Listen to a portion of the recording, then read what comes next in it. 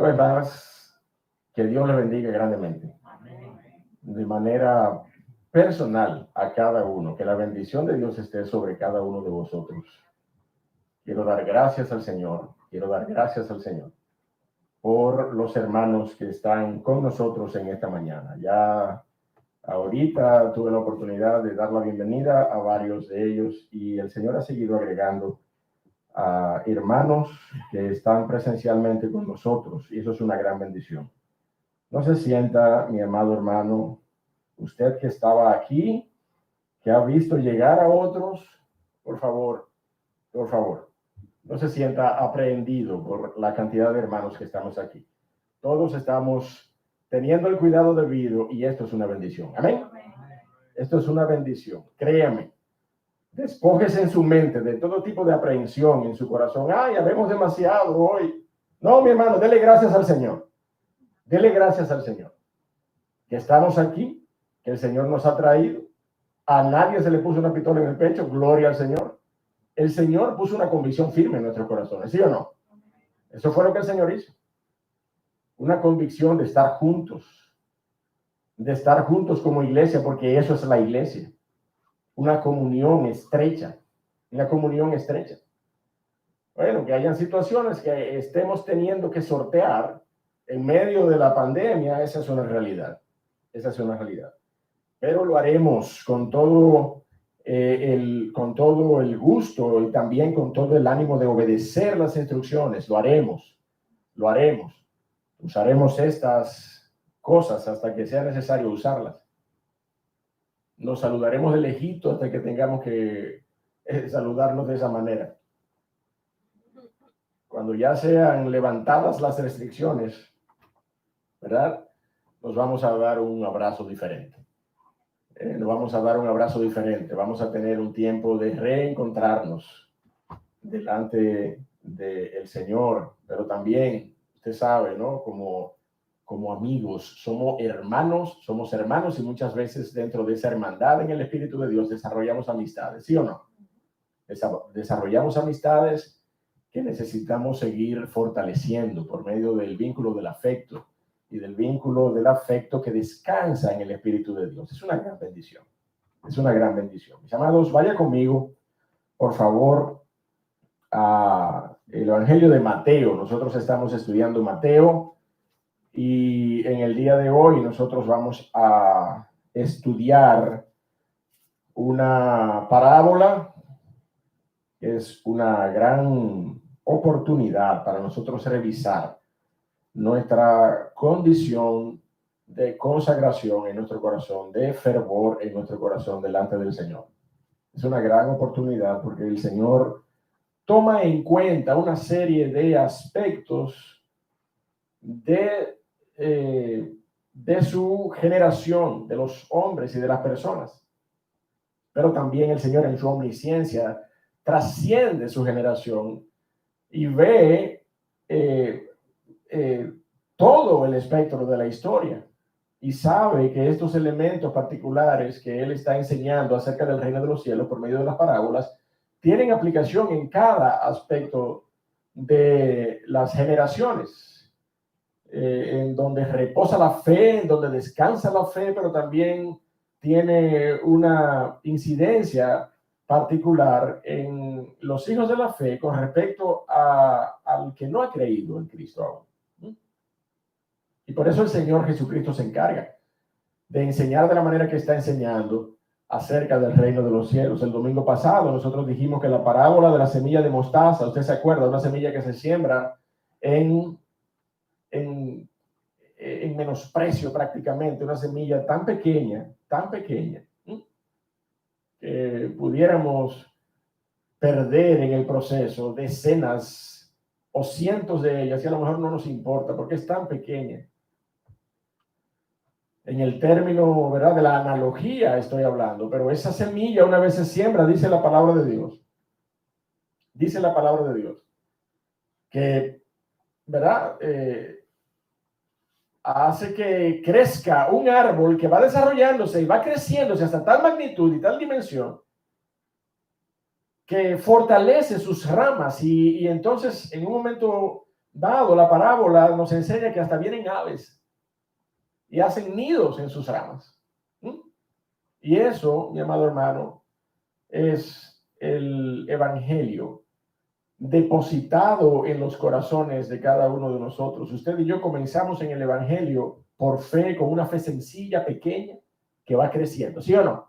Va creciendo esa fe, va creciendo, se va desarrollando, se va robusteciendo. Y si usted permanece, le garantizo que el Señor le va a usar.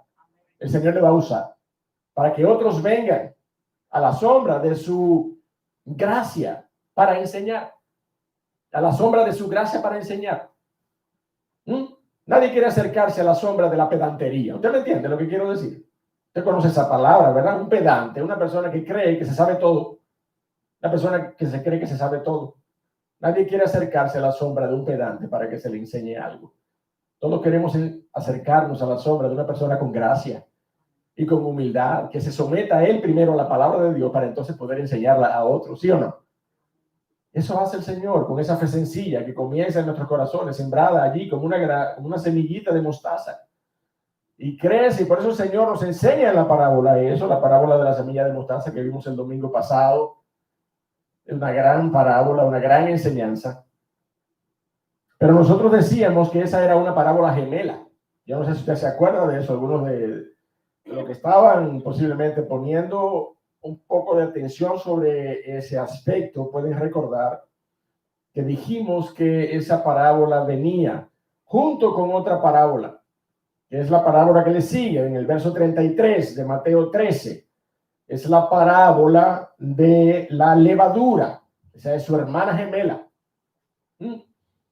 Esa parábola aborda igualmente el efecto impactante, contrastante con lo pequeño o lo poco que se requiere para iniciar una transformación poderosa en la vida de una persona o en la vida de una nación.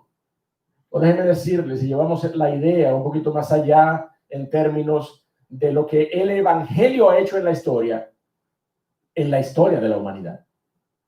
La transformación que el evangelio ha hecho en la historia de la humanidad.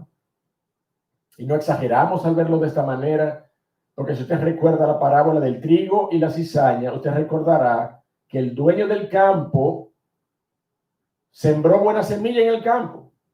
Y yo insisto con los elementos de esta parábola para que usted no lo olvide. El campo es el mundo. Y el Señor ha puesto a sus hijos en el mundo a través de la historia, no ahora en este tiempo, a través de la historia. Desde que el Señor Jesucristo vino.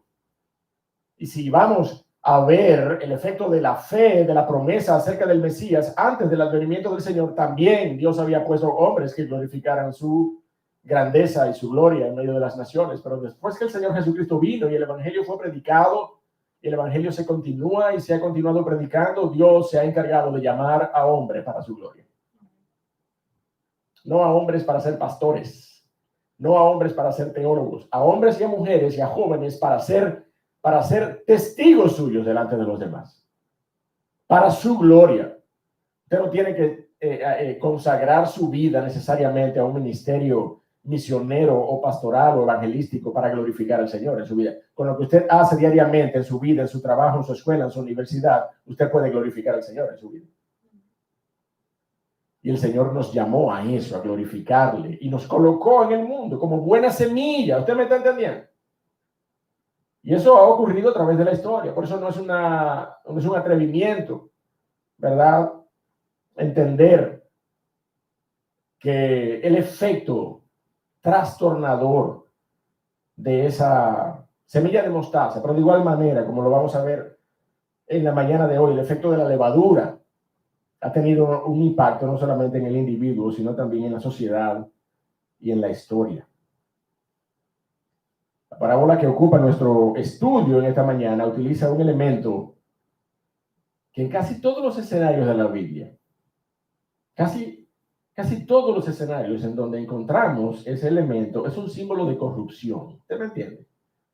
Es un símbolo de corrupción, de germen que corroe y corrompe desde dentro, desde las entrañas de la masa, para leudarla o para fermentarla toda, como también dice la palabra de Dios en otra porción. Con todo, mi amado hermano, el Señor Jesucristo en el verso 33 utiliza este elemento por encima de todo uso regular en la palabra de Dios como un ejemplo de lo que hace el reino de los cielos en los corazones de las personas. Soberanamente, el Señor Jesucristo utiliza este ejemplo para hablarnos acerca del impacto del reino de los cielos en los corazones. Utiliza el elemento particular per se para hablarnos acerca del impacto que él tiene en la transformación de las personas. Pastor, pero cuidado si no estamos siendo coherentes con toda la doctrina bíblica, porque en todos los sitios donde aparece la levadura, aparece como un elemento de corrupción. Cuidado si esta parábola lo que quiere decir es que el reino de los cielos es una verdad que ha sido tomada por aquellos que quieren torcer la verdad y ha sido escondido de los hombres el reino de los cielos. Miren, mi hermano, hay personas que a través de la historia han interpretado esta parábola de esta manera. Pero si nos llevamos de esto, no pudiéramos decir entonces que nuestro Señor Jesucristo es la raíz de David, el león de Judá, y al mismo tiempo decir que Satanás anda como león rugiente buscando a quien devorar. ¿Verdad que no? Si nos llevamos de esto, entonces no podemos usar la misma figura, ¿verdad?, para representar tanto al Señor Jesucristo como a lo que hace la obra perversa e inicua de Satanás en este mundo, como un león rugiente. No, la palabra tiene su estructura y tiene su contexto, mi amado hermano, y el contexto muchas veces es tan importante como el término mismo que nosotros estamos estudiando. De hecho, en el griego, en el idioma original en que se escribió el Nuevo Testamento, el contexto es un elemento fundamental. El contexto que rodea a la palabra es un elemento fundamental dentro de la gramática griega. Por eso en este momento no es una interpretación inadecuada el entender que el Señor Jesucristo usa la parábola a pesar de su uso normal en las Escrituras como un elemento de corrupción para enseñarnos el valioso elemento transformador, mire, catalizador que tiene el Evangelio del Reino de los Cielos en nuestros corazones. Así que vamos a leer el verso 33, Mateo 13, 33, para que nosotros podamos introducirnos en ese versículo. Es el único versículo que vamos a estudiar en esta mañana, pero de igual manera, como vimos en los estudios pasados, el Señor Jesucristo establece una semejanza y luego aplica la semejanza. Por eso vamos a ver la semejanza establecida y luego vamos a ver la semejanza aplicada. ¿De acuerdo? Eso vimos el domingo pasado y eso vamos a ver en esta mañana también, aunque se trata de un solo versículo. Mateo 13, 33. Quiero que lo leamos todos juntos. Mateo 13, 33. A la cuenta de 1, 2 y 3. Otra parábola les dijo: el reino de los cielos es semejante a ¿qué? A la levadura que tomó una mujer y escondió en 3 medidas de harina. ¿Hasta qué? Hasta que todo fue afectado, hasta que todo fue fermentado, hasta que todo fue leudado por esa levadura. ¿Amén? Así es el reino de los cielos. Vamos a orar. Dios del cielo, Dios todopoderoso, gracias por tu palabra. Ayúdanos, oh Señor, en esta hora, en esta mañana, a recoger, oh Señor, a recoger todas nuestras pretensiones y colocarlas detrás de la cruz de Cristo. Que sea la cruz de Cristo, oh Señor, la que protagonice este tiempo, porque es al Cristo crucificado que predicamos. Que sea tu Espíritu Santo, Señor, el que nos humille, pero también el que hable a nuestros corazones con tu palabra. Bendícenos, bendice a tu iglesia, bendice a otras iglesias hermanas también, que en esta mañana predican tu palabra, en el nombre de Cristo Jesús. Amén. El Señor Jesucristo está explicando el reino de los cielos y hemos dicho ya, hemos reiterado que no está explicando el reino de los cielos para un mero conocimiento, sino que está explicando el reino de los cielos para que, conociendo a qué cosas compara el Señor al reino de los cielos, nosotros podamos entender cómo vivir como ciudadanos del reino de los cielos. ¿Usted me está entendiendo? No es para que nosotros tengamos un conocimiento intelectual acerca del reino. ¿Te conoces todas las parábolas del capítulo 13? Ay, sí, mira, No, esa no es la idea. Qué bueno que usted pueda llegar a conocer todo el texto bíblico, que usted pueda llegar a memorizar toda la palabra de Dios. Una bendición, pero esa no es la idea. La idea es que usted y yo entendamos a qué cosas o cuáles características el Señor usa en sus analogías para explicar el reino de los cielos, de manera que usted y yo podamos entender cómo vivir como ciudadanos del reino de los cielos. ¿Se entiende eso? ¿Cómo vivir? Porque usted y yo somos ciudadanos del reino de los cielos, ¿o no? Todo el que ha nacido en Cristo tiene una ciudadanía espiritual. ¿Amén? Tiene una ciudadanía espiritual. Usted y yo tenemos doble ciudadanía. Usted es dominicano y posiblemente hasta 3 ciudadanías tenga, qué sé yo, no sé. Pero usted o es dominicano, si es cristiano, entonces también es ciudadano del reino de los cielos. ¿Mm? Eso somos. Y déjeme decirle, a raíz de esto, nosotros no tenemos excusa. No tenemos excusa. Porque las expectativas del Señor quedan bastante explicadas cuando Él nos enseña acerca de las características del reino de los cielos. Él ha establecido las características de nuestra ciudadanía, en pocas palabras. Él ha establecido las características de nuestra ciudadanía. Y en este caso él utiliza la parábola de la levadura para continuar explicando, ahora con un enfoque en el impacto a lo interno de nuestras vidas, que tiene el germen transformador del Evangelio de Cristo. Mientras la parábola de la semilla de mostaza se presentó como un escenario del impacto externo que tiene el Evangelio del reino de los cielos en el pueblo de Dios, cómo el pueblo de Dios es capaz de desarrollar ramas fuertes y vienen aves sobre ellas y debajo de nuestras sombras se alimentan. Ese es el impacto externo.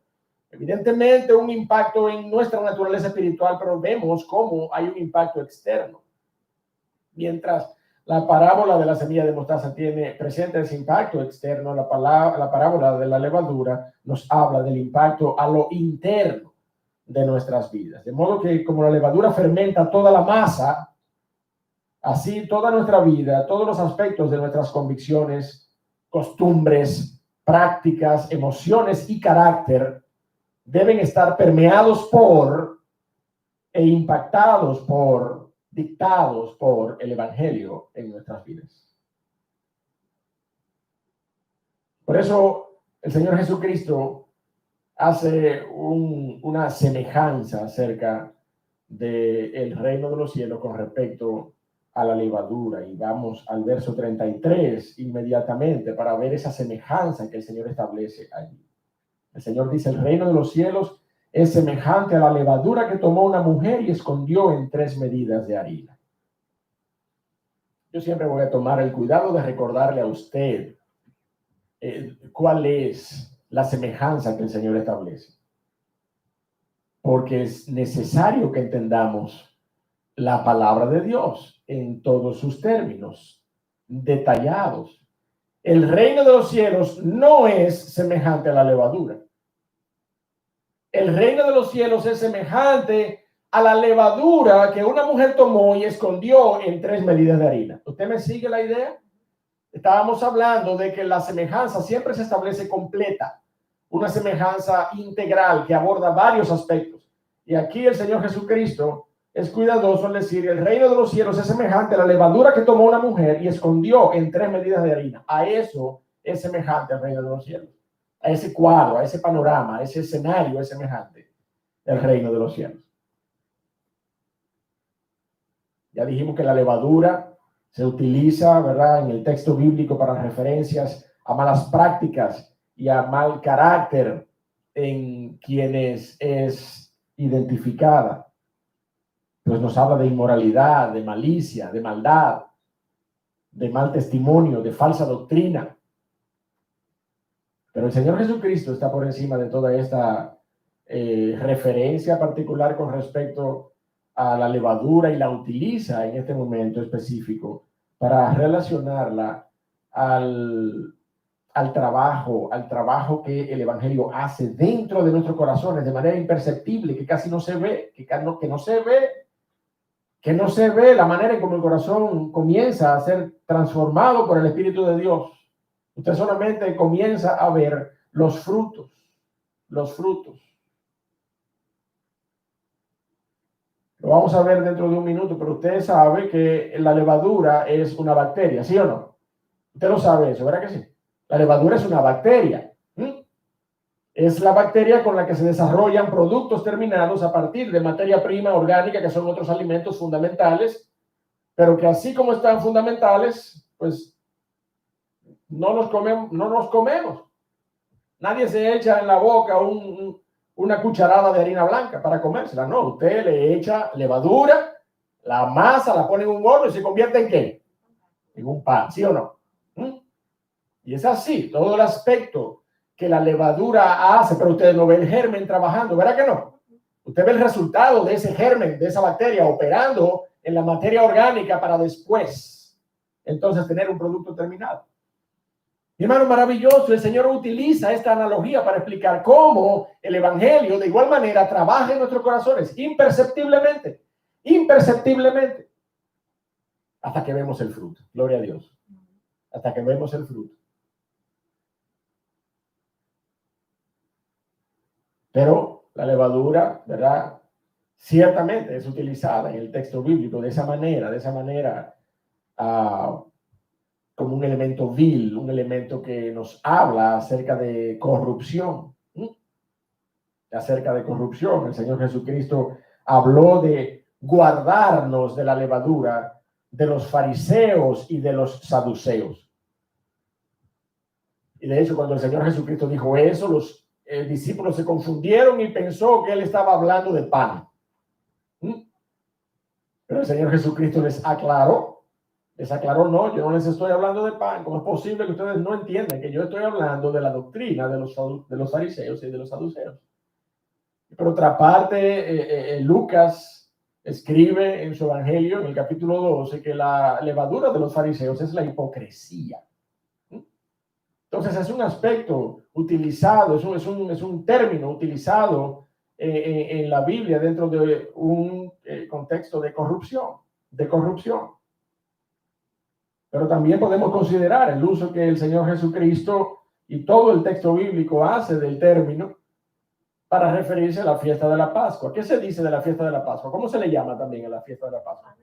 La fiesta de los panes sin levadura. Excluida la levadura, panes sin levadura. Y eso nos da una idea, ¿verdad?, de la nueva levadura, como dice el apóstol Pablo a los corintios, que nosotros debemos ser, no la vieja levadura de la carne, sino la nueva levadura en Cristo, porque ya Cristo fue crucificado, el Señor Jesucristo, ¿verdad?, representó para allí nuestra Pascua, dice la palabra de Dios. Esa Pascua por medio de la cual se satisface la ira de Dios y nosotros hemos venido a ser justificados delante del Padre. Amén. Por medio de la obra de la cruz, si es que nosotros hemos depositado nuestra confianza en la obra de la cruz. Sin embargo, el Señor utiliza las características de la levadura, mi amado hermano, para enseñarnos lo que puede lograr el mensaje del evangelio en nuestras vidas, desde el interior. Como se ha dicho tantas veces, acerca de cómo es que debe funcionar, cómo es que debe operar una verdadera transformación para tener victoria sobre el pecado en nuestras vidas. Siempre decimos que eso debe ocurrir de adentro para afuera, ¿sí o no? De adentro hacia afuera. Así trabaja la levadura, mi amado hermano. Pero antes de profundizar en ese aspecto, es importante que nosotros analicemos 3 elementos de la parábola en esta mañana para poder entender esta analogía que el Señor Jesucristo hace, este símil que el Señor Jesucristo hace. Y es que el Señor Jesucristo habla de una mujer, habla de 3 medidas de harina. ¿Usted lo está viendo? ¿Usted lo está viendo conmigo en el verso 33? El reino de los cielos es como una levadura que una mujer toma y esconde en 3 medidas de harina hasta que todo es leudado, hasta que todo es afectado por la levadura. Entonces esos son 3 elementos: la mujer,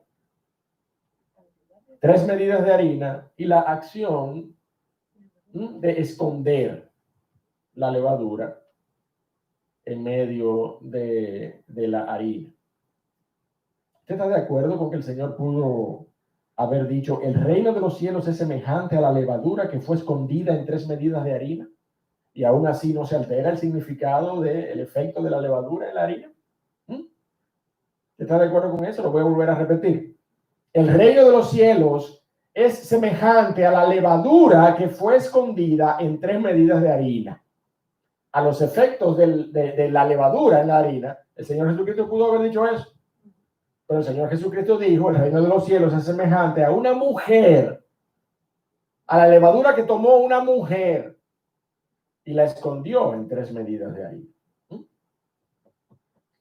Acuérdese que yo me hice a mí mismo delante de vosotros una advertencia acerca de la interpretación, ¿verdad?, alegórica de la palabra de Dios y acerca de tomar el texto como un texto figurativo. Tenemos que tener cuidado. Y simplemente traigo este ejemplo como un ejemplo, como un escenario de lo que debiéramos tener cuidado de hacer, de lo que debiéramos tener cuidado al intentar hacer con la palabra de Dios. Lo primero que nosotros debemos recordar es que el Señor Jesucristo parte en toda parábola de elementos conocidos para explicar verdades desconocidas. Amén. Eso es lo que el Señor Jesucristo hace en la parábola. En su omnisciencia, el Señor Jesucristo no iba a hablarles acerca de elementos que para el pueblo de Israel en ese momento, que eran sus oyentes, para los judíos, eran elementos desconocidos. Que no significaban nada para ellos. Pero el Señor Jesucristo habla de un sembrador, habla de una persona que tiene un campo donde siembra trigo, habla de una persona que posiblemente enfrenta el problema de que también le salga mala semilla, de que le salga cizaña a ese trigo. Todas esas cosas eran conocidas por ellos. Y por eso el Señor Jesucristo, de una manera magistral, ¿verdad?, conocemos que es el maestro de maestros. Amén. ¿Por qué hace esto? Parte de escenarios conocidos. Y esto de que sea una mujer, mi amado hermano, no tiene ninguna implicación particular en la revelación de la parábola. Lo que pasa es que esa era la norma, esa era la costumbre. En ese contexto cultural, era la mujer la responsable de tomar la harina, de amasar la harina, de verter sobre ella la levadura, de amasarla, de dejarla fermentar y de hacer el pan. Era la mujer la responsable de eso. Por eso el Señor Jesucristo toma la figura de la mujer y la coloca en la parábola. ¿Para qué? Para hacerla más afín al entendimiento de sus oyentes. Amén. Eso es lo que el Señor Jesucristo hace. Eso es lo que el Señor Jesucristo hace cuando toma, ¿verdad?, en este contexto a la mujer. En la práctica de los judíos era ella la que tenía el trabajo de amasar la harina y prepararla para hacer el pan. Génesis 18:6. Si usted puede ir conmigo rápidamente allí, lo vamos a ver. Génesis 18:6, el momento en que Abraham le habla a Sara, su mujer. Génesis 18:6. Y le dice a Abraham, a Sara, si lo leemos íntegramente, el versículo dice: entonces Abraham fue deprisa a la tienda a Sara y le dijo, ¿qué le dijo? Toma pronto 3 medidas de flor de harina, ¿y qué? Y amasa, y haz panes cocidos debajo del rescoldo. Adelante, haz lo que debes hacer, que he ofrecido a estos viajeros, a estos pasantes, a estos caminantes. Alimento para que puedan sustentarse. Vamos, Sara, ayúdame, haz lo que te corresponde como mujer dentro de la costumbre nuestra. Toma harina y amasa. Y mire, de hecho, vemos más que eso. ¿Sí o no? ¿Qué vemos? 3 medidas, ¿sí o no? Vemos mucho más que el aspecto particular de que es la mujer la que hace esto, sino que vemos que Abraham también le dice, Sara, toma 3 medidas. ¿Por qué? Porque era la norma que esta cantidad particular de harina, de materia, de masa para se tomara, ¿verdad? De una sola vez, en un solo trabajo, posiblemente un solo viaje al lugar donde estaban depositados estos granos. Toma la harina, toma el grano del trigo, muele, haz la harina, toma la harina. La palabra de Dios nos enseña de manera específica que ese aspecto particular también se refiere a la usanza, a la costumbre, a la norma, ese aspecto particular de la parábola. Pero si queremos de manera específica concentrarnos en el aspecto de la mujer, nosotros debemos entender que el uso de esta figura tiene que ver con una intención vinculante en el mensaje de la parábola de la levadura, para que sus oyentes pudieran entender esta analogía. El Señor Jesucristo, de manera específica, nos habla sobre el uso de este término, haciendo también una correlación con el uso del término en el Antiguo Testamento. Si usted va a Proverbios, en el capítulo número 1, Proverbios capítulo 1, verso 20 en adelante, podremos encontrar una referencia también a una figura femenina dentro de todo el contexto de la revelación del plan de Dios para con el hombre. Y ese es el aspecto donde cae ya la interpretación. Muchas personas han pasado de ver simplemente a la mujer en esta parábola como un elemento histórico, cultural, social dentro del pueblo de Israel, y la han visto como una representación particular, una representación de la sabiduría de Dios para con el hombre, en favor de parte de Dios para con el hombre, siendo la responsable de colocar ese germen transformador en el corazón del hombre para regeneración de las almas. Algunos ven a la iglesia, otros ven a los ministros de la palabra de Dios como doncellas de esa sabiduría, como servidoras de esa sabiduría. Y algunos ven a esta mujer de la parábola como a la sabiduría. Y la ven allí en Proverbios capítulo 1. La palabra de Dios nos presenta allí en Proverbios capítulo 1, verso 20 al verso 21. La sabiduría clama en las calles. Y no lo vemos en la Reina Valera. La Reina Valera dice, alza su voz en las plazas. Pero en el texto original, allí hay un pronombre personal. Dice, ella alza su voz en las plazas. Usted puede encontrar esa traducción en la King James Version, en la versión King James, que está en inglés. Usted puede encontrar allí el pronombre personal, pero también puede encontrarlo en otras traducciones, como la Biblia de las Américas. Y usted puede encontrar allí cuando dice, la sabiduría clama en las calles, ella alza su voz en las plazas, clama en los principales lugares de reunión, en las entradas de las puertas de la ciudad, dice sus razones. En la Reina Valera, ¿verdad? Salvo el artículo que se usa allí, la sabiduría, que es un artículo determinado, femenino. Nosotros no vemos se hace difícil ver a una figura femenina en estos dos versículos. Pero en el hebreo, en el texto hebreo, en el texto original, mi amado hermano, la palabra que se usa allí para sabiduría es la palabra hakmot. Y esa palabra es un sustantivo femenino. Es un sustantivo femenino. Como lo es también la palabra sabiduría. Pero lo vemos de manera particular en el original en hebreo. Y déjeme decirle, en la Septuaginta, en la versión griega del Antiguo Testamento, en la Septuaginta, la palabra que se utiliza ahí para sabiduría, irónicamente, es la palabra Sofía, que es la palabra de donde proviene el término filosofía. Manera que muchos pueden relacionar la figura de esa mujer como la sabiduría de Dios, colocando en los corazones de los hombres ese germen regenerador, transformador.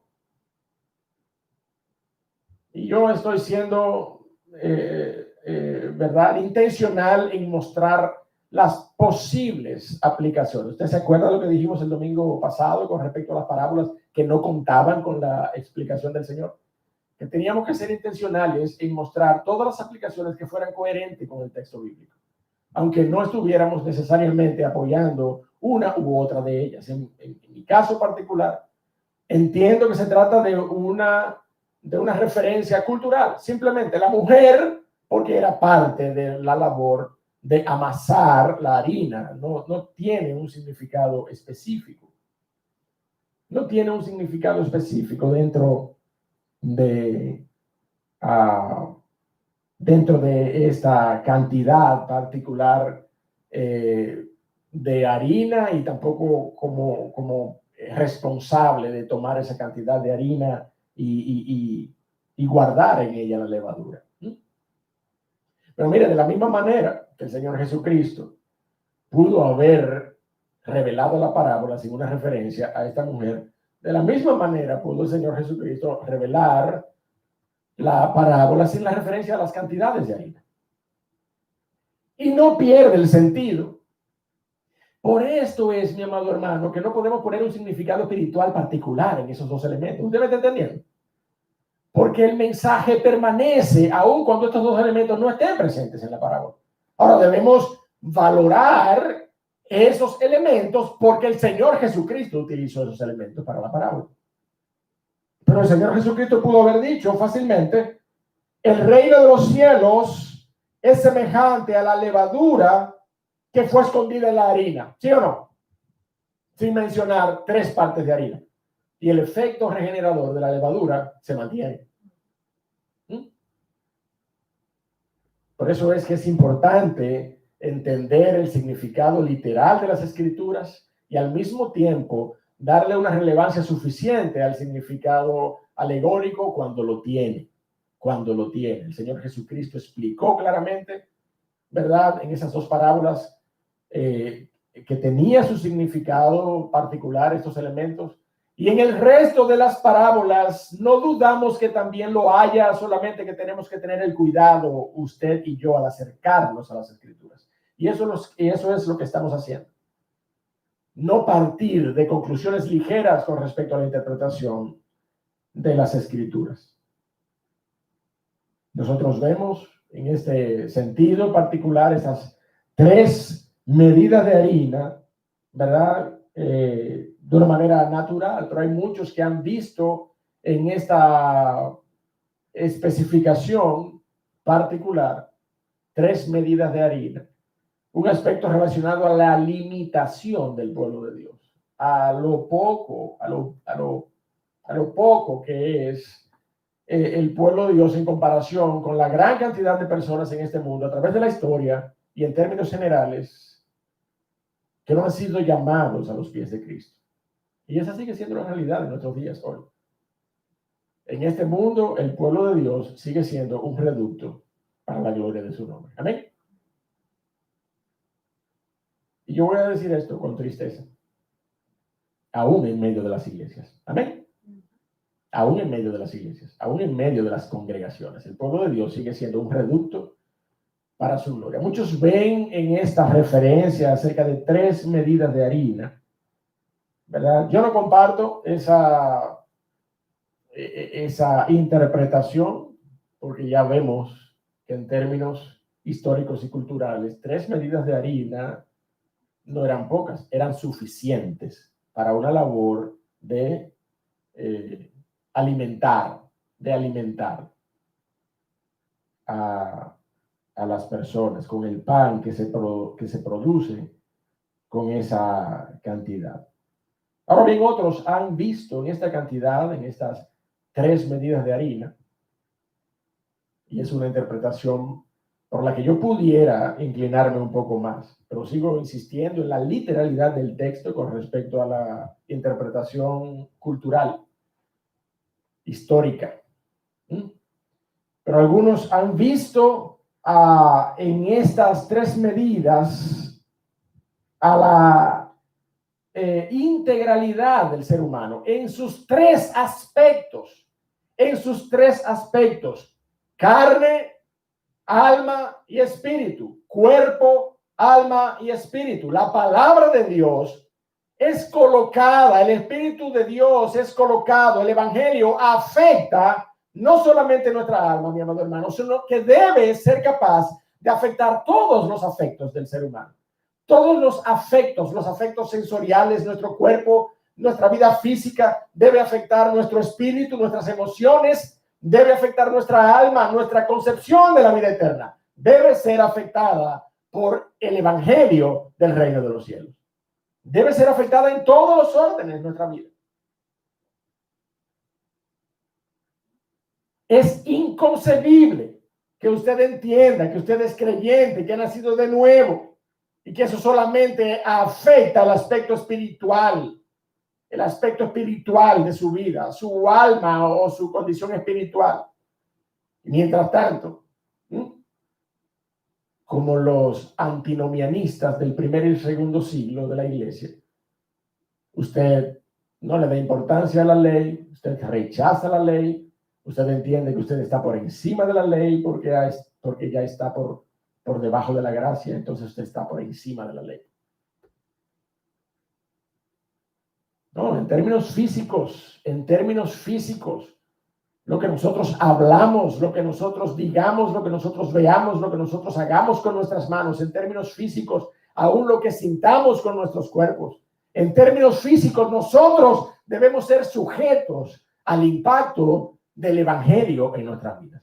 Debemos ser sujetos y debemos vivir sujetos al impacto de la ciudadanía del reino de los cielos que nos adorna, si es que hemos nacido de nuevo. Y ese aspecto particular no lo desecho absolutamente. La manera en cómo la sabiduría de Dios se esconde en nuestros corazones, pero no solamente en nuestros corazones, sino en las 3 partes de nuestra vida: cuerpo, alma y espíritu. La levadura del evangelio del reino de los cielos que trastorna, que va trastornando, que va transformando, que va regenerando, que va carcomiendo desde dentro. Si usted quiere, toda la iniquidad que hay en nuestros cuerpos, en nuestras mentes y en nuestra concepción de lo espiritual en términos naturales, y lo transforma. El Señor Jesucristo dice que Él va a quitar nuestro corazón de piedra y va a colocar un corazón de carne en medio de nosotros. Y eso lo hace, ese trabajo particular lo hace el Espíritu de Dios. Y lo va haciendo de esa manera, como un germen vivo que va carcomiendo para bendición eterna nuestras vidas. No para corrupción, sino para transformación de nuestras vidas. ¿O no se transforma la harina en un hermoso pan que podemos alimentarnos con él? ¿Sí o no? No para corrupción que se transforma la harina con la levadura. ¿Usted me está entendiendo? No es para corrupción. Échese la leche, la levadura y mire a ver si usted no obtiene un delicioso yogur o un delicioso queso. ¿Usted me está entendiendo lo que quiero decir? Es para bendición que la levadura transforma el elemento original. No es para maldición, no es para corrupción, no es para podredumbre, es para bendición. Que nosotros somos transformados por la verdad del evangelio y por eso el Señor utiliza esta analogía de la levadura. No es para maldición, ni para corrupción, ni para perdición del grano de cebada que se le echa levadura. Es para la producción de malta o de cerveza, ¿eh? En términos de una bebida alimenticia, a eso me refiero. O la uva, cuando se fermenta, ¿cómo usted cree que se desarrolla el vino? Es a través de la levadura. El fermento que obra en esos elementos no es para perdición ni para corrupción. Es para convertirlo en un producto de consumo final que sea de bendición para el hombre. Amén. Y de esa misma manera, mi amado hermano, el Señor utiliza este elemento que puede en términos orgánicos entenderse como un corruptor. Pero si algo el Espíritu de Dios y el germen de su palabra en su trabajo de levadura en mi corazón va a corroer, es la costra de iniquidad que hay en mi corazón. Amén. Es la postilla de iniquidad que hay en mi corazón. Y la va a quitar y la va a desarraigar y mi corazón va a quedar en carne viva. Y en él va a poder operar el Espíritu de gracia para transformarme a la imagen de Cristo. Amén. ¿Usted me está entendiendo lo que hace la levadura en nuestras vidas? Carcome para bendición. Debemos entenderlo de esa manera. Eso es lo que el Señor Jesucristo ha querido hacer con esta analogía particular.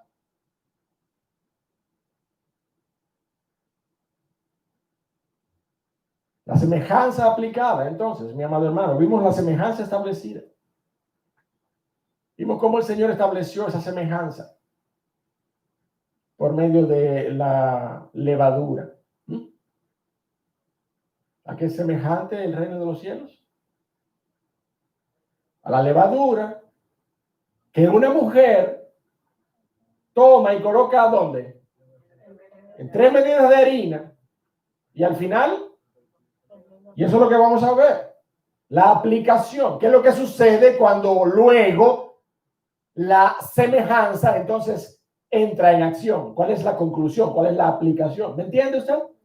La semejanza que establece el Señor Jesucristo. El reino de los cielos es semejante a la levadura que una mujer toma y esconde en 3 medidas de harina. Amén. Esa es la semejanza que el Señor establece.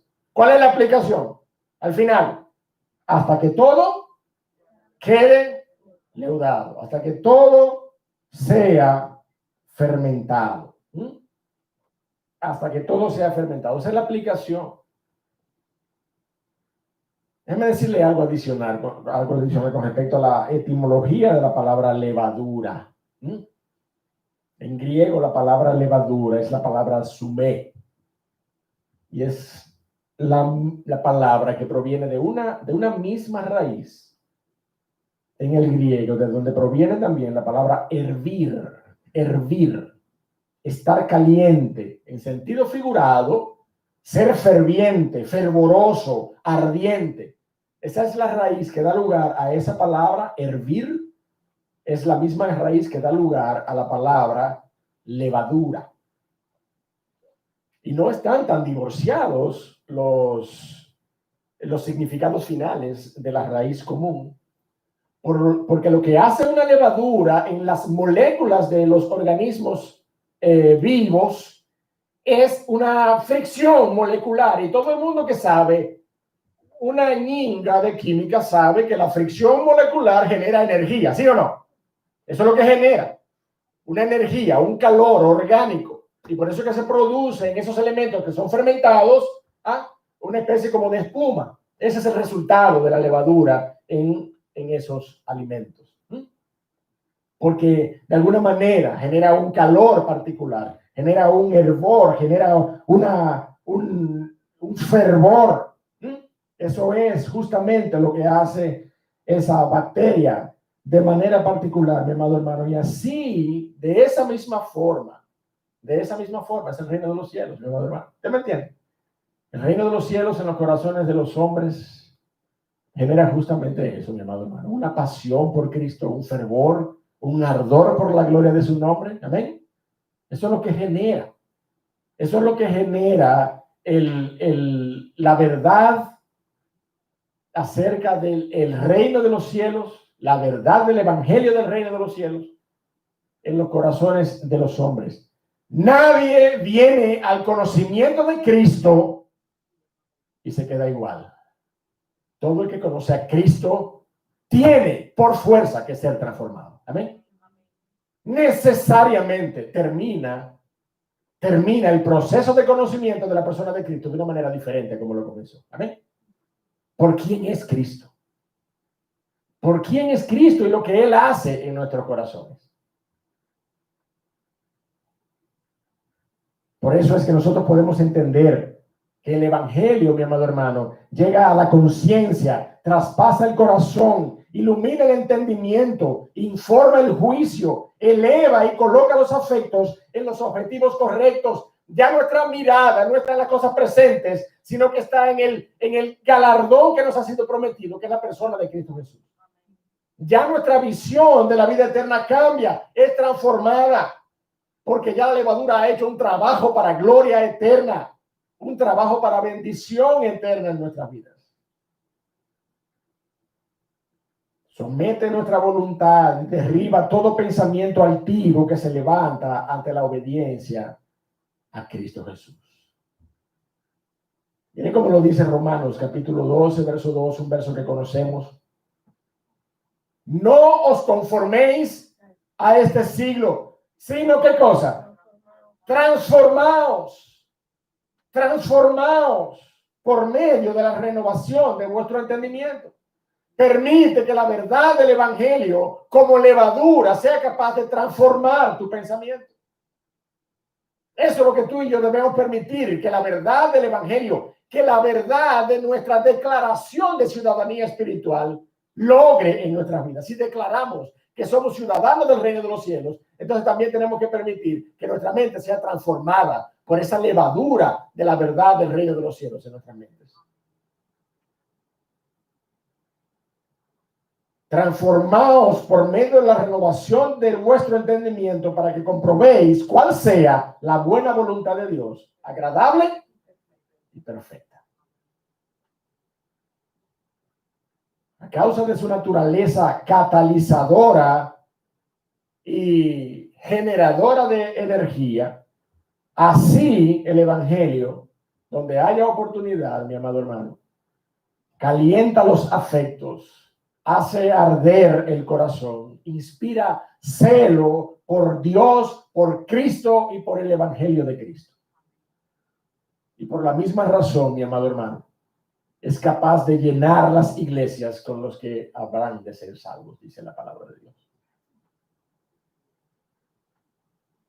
Y toma control de nuestras mentes y de nuestros afectos y nos asemeja unos a otros, convirtiéndonos en un solo cuerpo, en una sola masa. Cuando la levadura trabaja, no disgrega, sino que cohecciona la masa. Usted no ve un pan que sale de un proceso de levadura completamente destrozado, ¿no? Usted ve una masa coheccionada, unida en sus moléculas, manejable, maleable. El cuerpo de Cristo es así mismo. A causa de la levadura, el cuerpo de Cristo presenta de igual manera las mismas características. Y la palabra de Dios dice que somos un cuerpo, un espíritu, como también fuimos llamados, dice el apóstol Pablo allí a los Efesios, una misma esperanza en nuestra vocación, un Señor, una fe, un bautismo, un Dios y Padre de todos, el cual es sobre todos y por todos y en todos. Eso es lo que hace el efecto de la levadura en nuestros corazones. Ese es el concepto unificador en nuestras vidas. Habiendo sido transformados a la imagen de Cristo. Por eso es que en segunda a Corintios, nosotros leemos del apóstol Pablo en el capítulo 3, verso 16. Pero cuando se conviertan al Señor, el velo se quitará, dice la Biblia.